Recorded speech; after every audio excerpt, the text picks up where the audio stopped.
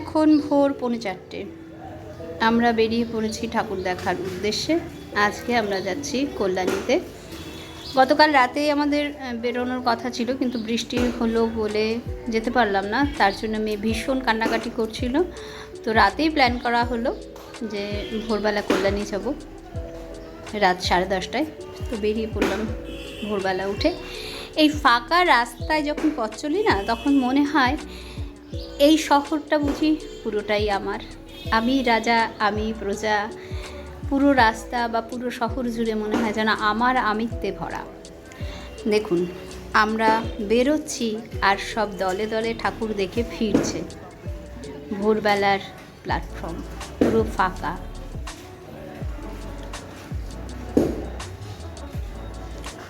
তো আজ আমাদের সাথে বাপনদা আর পূর্ণিমাদিও যাচ্ছে। মানে গতকাল রাতেও আমাদেরই যাওয়ার কথা ছিল বাপনদা পূর্ণিমাদির সাথে। বৃষ্টিটা সাথ দিল না একদমই। মেয়ে তো ভীষণ কান্নাকাটি করে রেগে গেল। চলে এসছে কল্যাণী সীমান্ত লোকাল। একদম ফাঁকা ট্রেন তা নয়, অনেকেই ঠাকুর দেখে ফিরছে, অনেকে নিজের কাজের থেকে ফিরছে।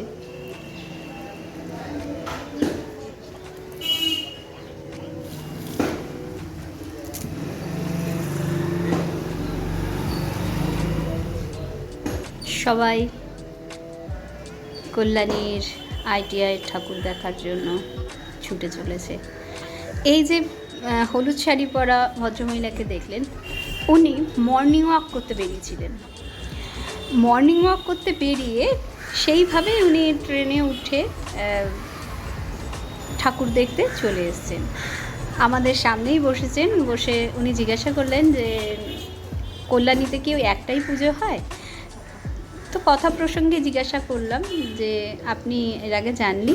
বললো না, আমি মর্নিং ওয়াক করতে বেরিয়েছিলাম, তো চলে এসেছি ঠাকুর দেখতে। উনি সম্ভবত জগদ্দল কি তারও আগে উঠেছেন, আমার প্ল্যাটফর্মটা ঠিক মনে নেই। তো জিজ্ঞাসা করলাম টিকিট কেটেছেন? বললো হ্যাঁ।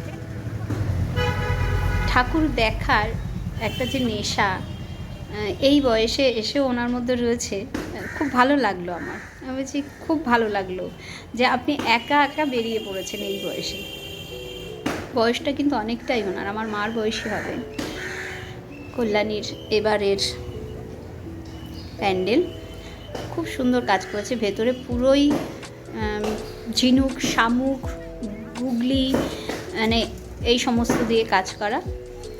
ভেতরে তো দাঁড়াতেই দিচ্ছে না, শুধু বাঁশি বাজাচ্ছে, বের করে দিচ্ছে। ভালো করে ছবি তোলারও উপায় নেই। তো চলে আসলাম কল্যাণীর রথতলায়। রথতলায় যে প্যান্ডেলটা করেছে সেটা আমাদের এখানে গত বছর সিথির মোড়ে হয়ে গেছে। পুরো হুবহু সেই একই মণ্ডপ, একই ভেতরের কারুকার্য, শুধু ঠাকুরের মুখ আলাদা। এখানে ঢুকতে গিয়ে আমি পড়ে গেছিলাম, মানে পড়ে যাইনি, আমার পায়ে মচকা লেগেছে। কেন যখন নিচে মানে মণ্ডপের দিকে রাস্তা থেকে যখন মাঠের দিকে নামছি, তখন একটু ভাঙা জায়গা আছে, আমি খেয়াল করেছিলাম না।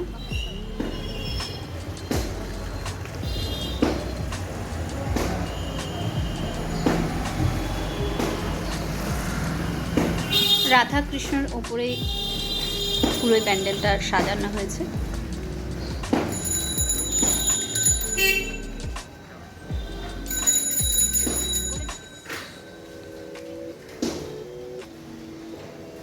চলে আসলাম কল্যাণীর আরও একটা ঠাকুর দেখতে।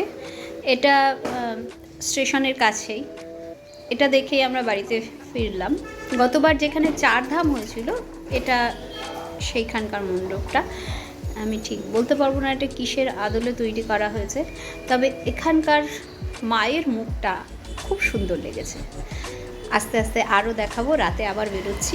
সাথে থাকুন, পাশে থাকুন, সুস্থ থাকুন। আর এবছরের পুজো পরিক্রমা কেমন লাগলো জানাবেন। আমি আরও দেখব, আপনাদেরও দেখাবো।